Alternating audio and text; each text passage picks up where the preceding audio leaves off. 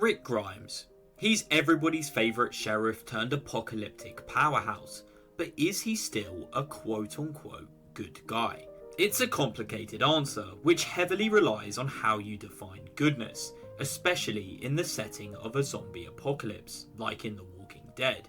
But Rick's actions often lay on a fine line of morality, and the character is quite often known for stepping over said mark. Now, those who watch the channel will know in a recent Hot Takes video I discussed this very topic, but I thought it deserved more than just a 2-minute section within another video.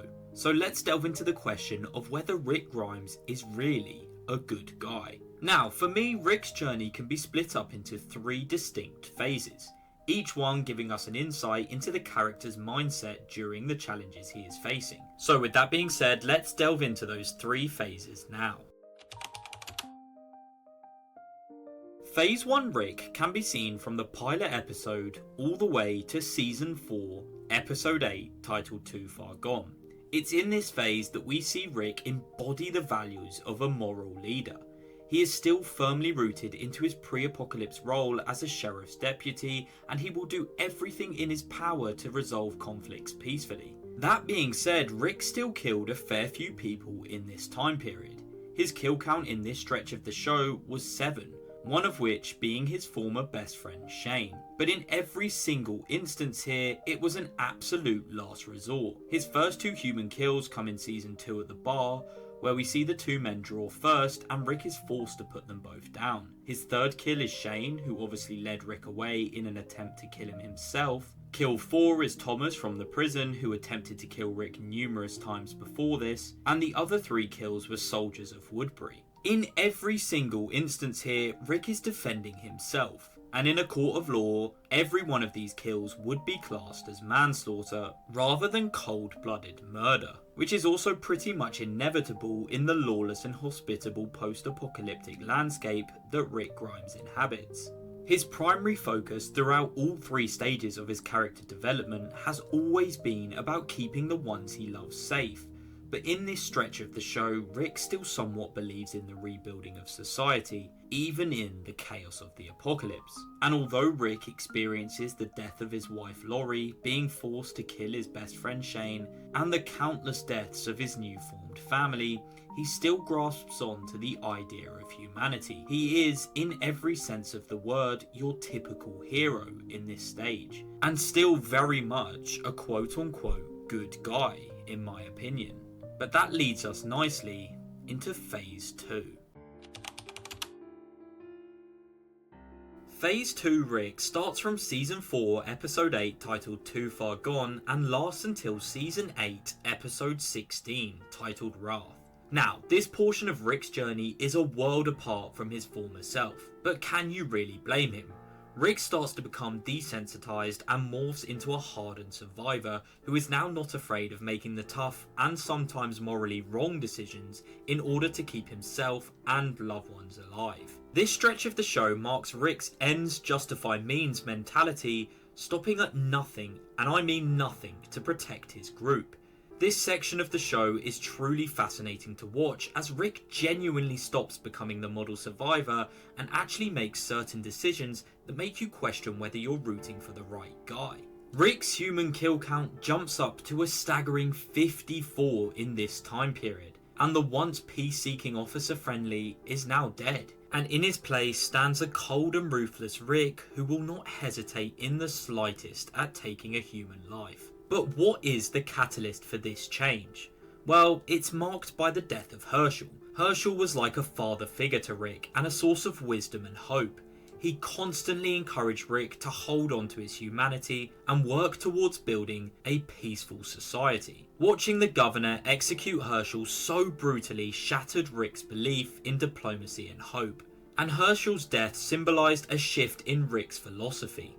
After Herschel's death, Rick meets some of the most heinous characters in the entire show, all in very quick succession. He has the final fight with the governor, he meets the Claimers where he is forced to bite out Joe's throat, he then encounters the Termites, who are flat out cannibals, and then finally Dawn, who is a lot less evil than the other 3, but all 4 of these encounters are extremely negative, and Rick's belief in the human race plummets to an all-time low.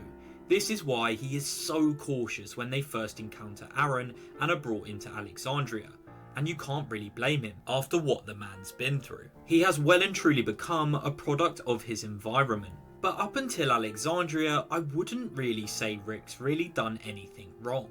Yes, he's been a savage, ruthless and untrusting of people, but in the situations he's been in, these traits are absolutely necessary to just survive. In this time period, he also does end up helping Gabriel and Noah by taking them into the group.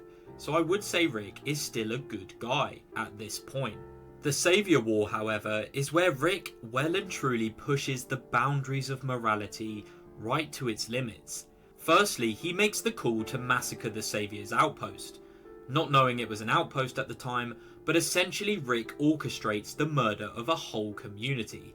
This attack was preemptive and lacked any attempt at diplomacy. Rick murdered people who posed no immediate threat, therefore abandoning the moral high ground. This decision was driven by fear and desperation after learning about the Saviour's brutality, but it was still a morally dark moment for Rick and his group. But by a country mile, Rick's lowest point is in Season 8, Episode 14, titled Still Got to Mean Something. In this episode, Rick and Morgan make a deal with a group of escaped saviors. If they help Rick and Morgan fight the walkers, they will be spared and allowed to return to Hilltop as prisoners or even integrate into the community.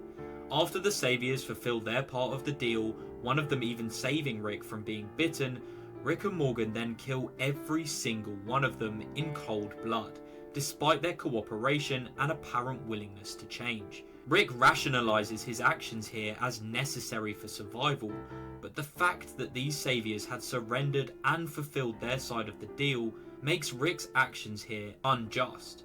And what makes this even worse is the betrayal of his promise to Carl in the episode Honor just episodes earlier, as his dying wish was for a better world. Rick often chastises others for cruelty or abandoning their humanity, yet here he displays those very traits. I mean, Morgan feels so guilty about this situation that he flat out just runs away to Texas on foot to join another TV show. And this is without doubt the lowest point in Rick's journey, and is definitely not what a good person would do. Phase 3 Rick is where he shifts back into his old ways. He transitions from a cold and calculated beast to a visionary, one who seeks to honour his late son's wishes of a better world. He spares Negan's life and tries to use this decision as the foundations to a new world he's attempting to build. Rick realises the value of human life and focuses on building a future where people can thrive rather than merely survive.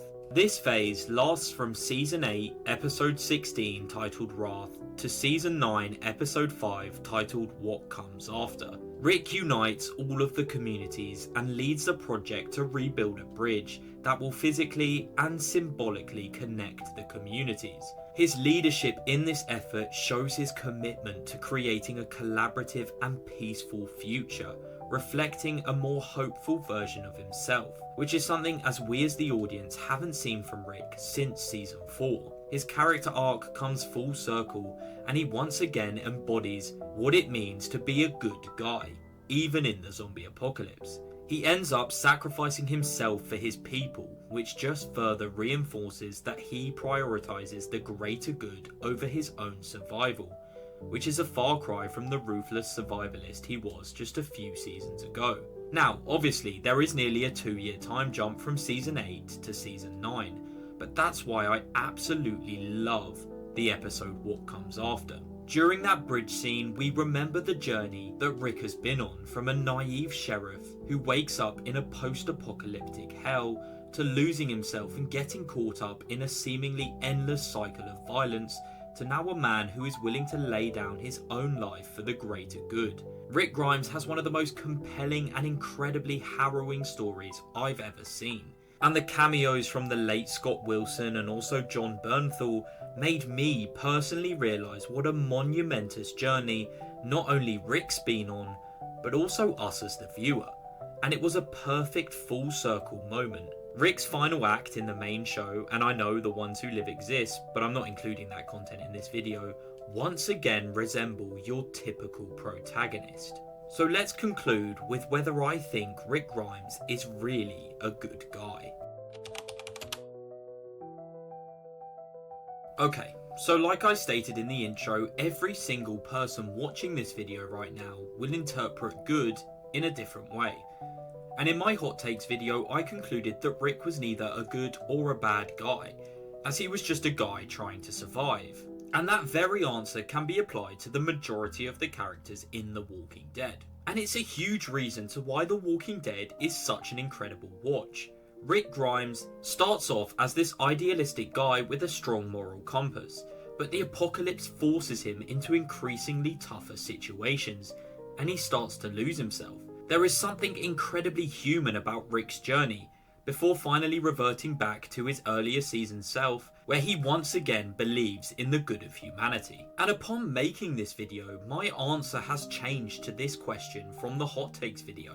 I do think Rick Grimes is a good guy, and I didn't think he was back then.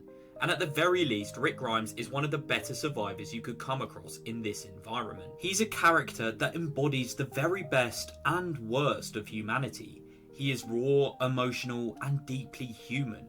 So yes, there are numerous times throughout the show that Rick makes the wrong decisions and loses his way, but for every wrong decision Rick makes, there are about 20 right ones. It's a world that brings out the very worst in people, and once good people have now morphed into monsters.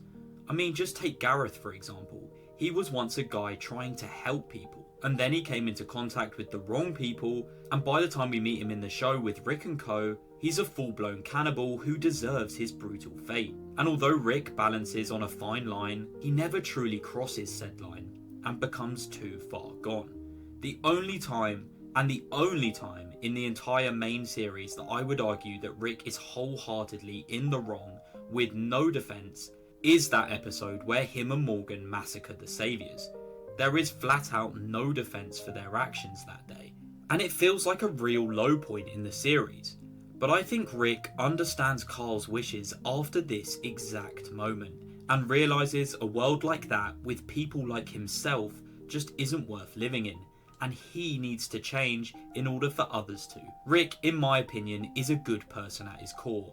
His choices are driven by love, loyalty, and a desire for peace. However, the harsh realities of his world force him to compromise his morals repeatedly, leading to actions that can be seen as morally grey or even villainous at times.